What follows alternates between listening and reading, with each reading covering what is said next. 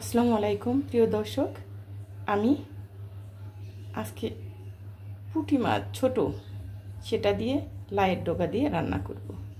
এটা অন্যরকম একটা টেস্ট, সবাই করে কিনা, কিন্তু আমি আজকে করব। দিয়ে দিচ্ছি তেল,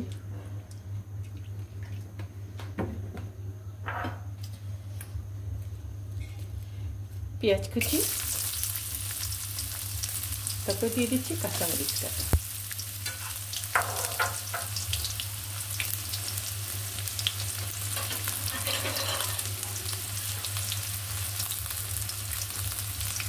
পেঁয়াজটা ভেজে নেব।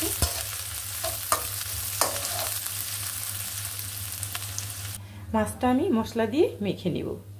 হলুদ গুঁড়ি, মরিচ, আধা চামচ ধনে গুঁড়ো, স্বাদ মতো লবণ।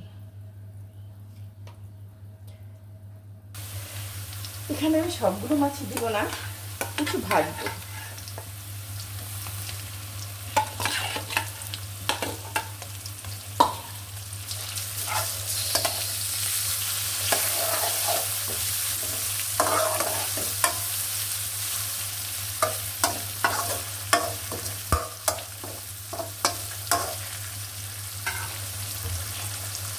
আমি একটু পানি অ্যাড করব।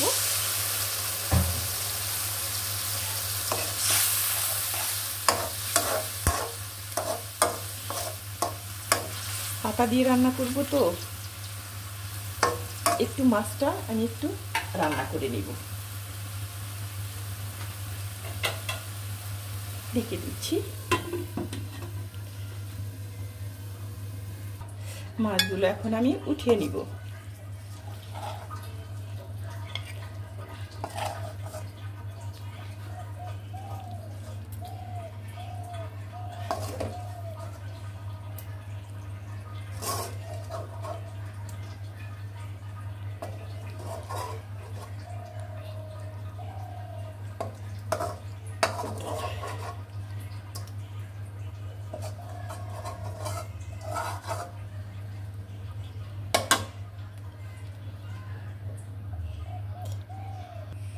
আমি এখানে একটু পানি অ্যাড করব, একটু করে। তারপর দিয়ে দিব একটু হলুদ, মরিচ,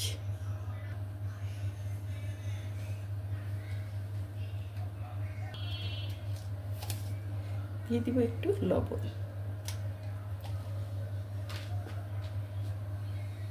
মশলাটা আমার বলক উঠে গেছে, এখন আমি এখানে দিয়ে দিব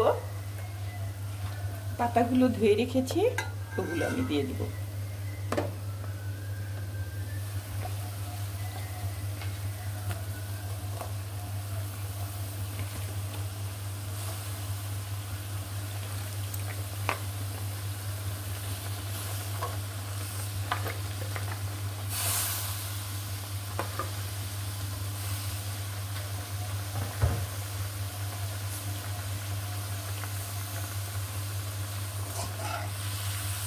পাতাগুলো আমি একটু কষিয়ে নিব।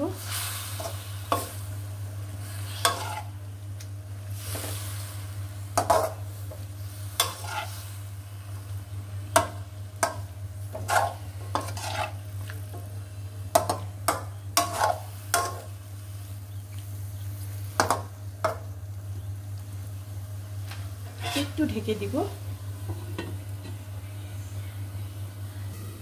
আমি এখন ঢাকনাটা খুলে দিব।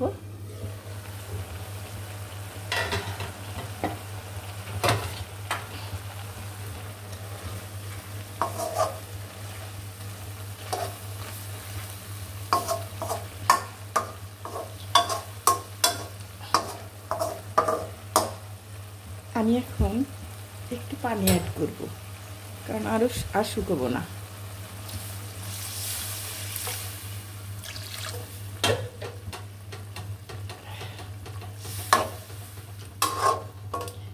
আর একটু জাল হলে মাছটা দিয়ে দিব।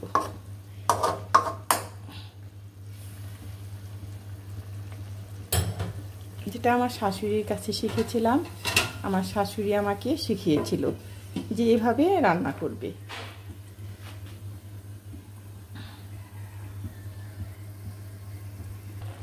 আমি এখন মাছটা ঢেলে দিব আলতো করে।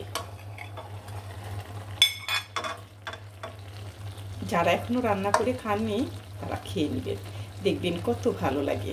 আমি কিন্তু কোনো কিছু খারাপ, যেটা খারাপ সেটা আমি দেখাই না, যেটা ভালো টেস্ট যেটা সেটা আমি দেখাই আপনাদের। এখন আমি ঢেকে দিব একটু।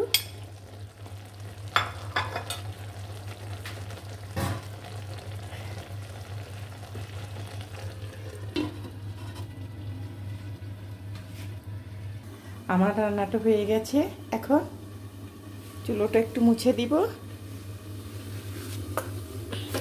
আপনারা এই কাজটা কিন্তু করবেন রান্নার পরে, তারপর আপনারা চুলোটা মুছে দিবেন। মুছে না দিলে কিন্তু চুলোটা নষ্ট হয়ে যাবে। আমি কিন্তু এই কাজটা সব সময়ই করি, সব সময়। কারণ রান্নার সময় চুলোটা যদি ক্লিন না থাকে তাহলে কিন্তু আমার মনটা অনেক খারাপ হয়ে যায়। আমার শুধু আমি রাগ করি যে কেন কিচেনটা এত নোংরা থাকবে।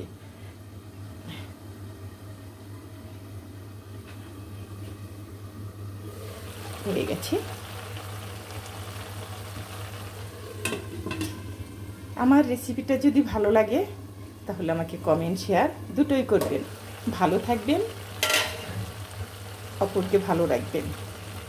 আল্লাহ হাফেজ।